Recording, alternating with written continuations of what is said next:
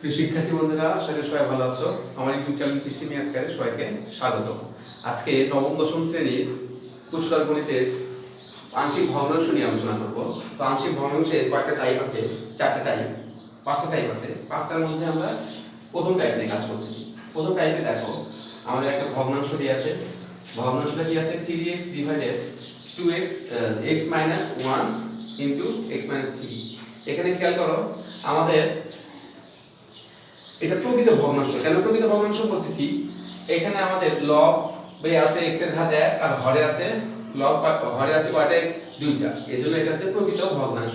শুরুতে আমরা আংশিক ভগ্নাংশ কাকে বলবো সেটাকে জানিয়ে দেব। আংশিক ভগ্নাংশ হচ্ছে একটি ভগ্নাংশকে একাধিক ভগ্নাংশে যদি রূপান্তর করা যায়, তবে প্রাপ্ত ভগ্নাংশগুলোকে প্রথম ভগ্নাংশের আংশিক ভগ্নাংশ বলে। কি বললাম? একটি ভগ্নাংশকে যদি একাধিক ভগ্নাংশে রূপান্তর করা যায়, তাহলে ওই ভগ্নাংশগুলোকে প্রথম ভগ্নাংশের আংশিক ভগ্নাংশ বলা হবে। তো শুরুতেই আমরা করব কি, ধরি 3x divided x minus 1 into x minus 3। খেয়াল করো, এখানে আমাদের কয়টা উৎপাদক আছে? এখানে হরে আছে উৎপাদক হচ্ছে দুইটা, একটা দুইটা। তাহলে ধ্রুবক হবে কয়টা? দুইটা হবে। কয়টা ধ্রুবক হবে? দুইটা। তাহলে প্রথম ধ্রুবক হচ্ছে a ডিভাইডেড প্রথম উৎপাদক x minus 1 প্লাস দ্বিতীয় ধ্রুবক b ডিভাইডেড ধ্রুবক হচ্ছে b এর নিচে কি হবে? x minus 3। এর সমীকরণ দিব কত? এক নাম্বার সমীকরণ দিব। আমরা সবসময় খেয়াল রাখবো যে আমরা যে অঙ্কটা করতেছি সেখানে উৎপাদক কতগুলো আছে, ঠিক ততগুলো কি হবে? ধ্রুবক হবে। তো দেখো, এরপরে করব কি, সমীকরণ 1 নং এ x minus 1 x minus 3 দ্বারা গুণ করে পাই। কি পাচ্ছি আমরা? যখন এটা গুণ করব, অ্যাকচুয়ালি গুণ তো উপরে হবে, তাহলে এগুলো ভাগ হয়ে যাবে। তাহলে x minus 1 x minus 1 কেটে যাবে, x minus 3 x minus 3 কি হবে? কেটে যাবে। থাকবে কি তাহলে উপরে? 3x।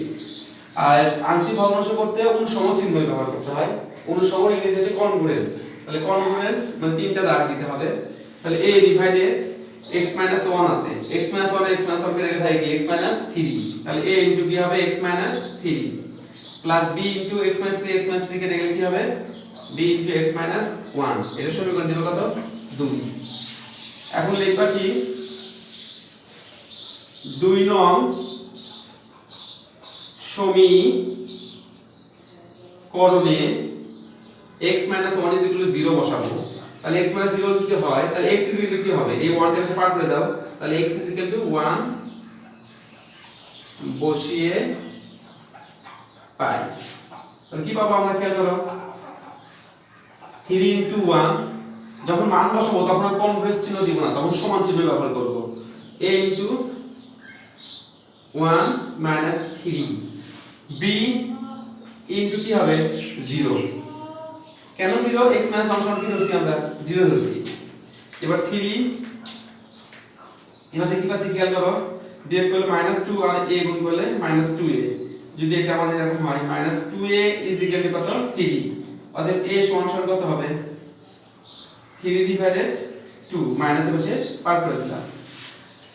আবার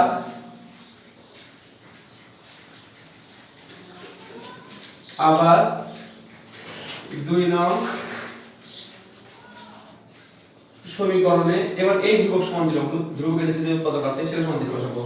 x minus 3 = 0 বা x =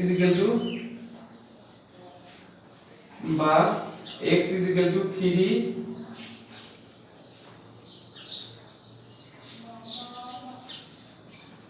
বসিয়ে পাই। কি পাচ্ছি আমরা?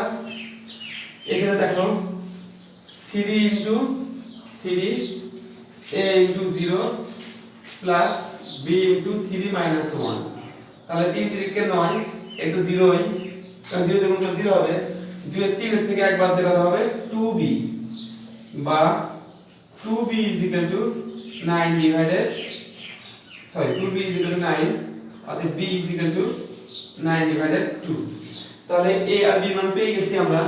a আর b এক নং সমীকরণে বসাইলে আমরা আংশিক ভগ্নাংশটা পেয়ে যাব। তো তাহলে আমি যদি পরে কি লিখব, এক নং সমীকরণে a ও b এর মান বসিয়ে পাই।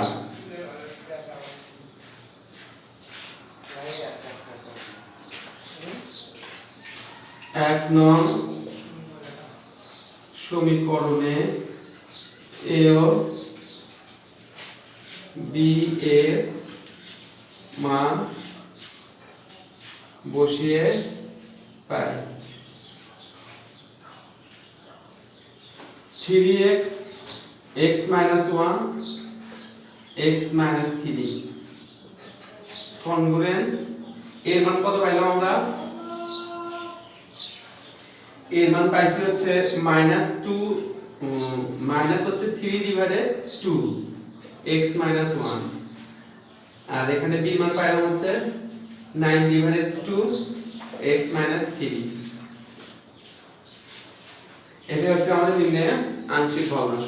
তো ধন্যবাদ বন্ধুরা, সবাই ভালো থাকবে আর আমার টিউটরের সঙ্গে যুক্ত থাকবে। গুড বাই, ভালো থাকবে সবাই।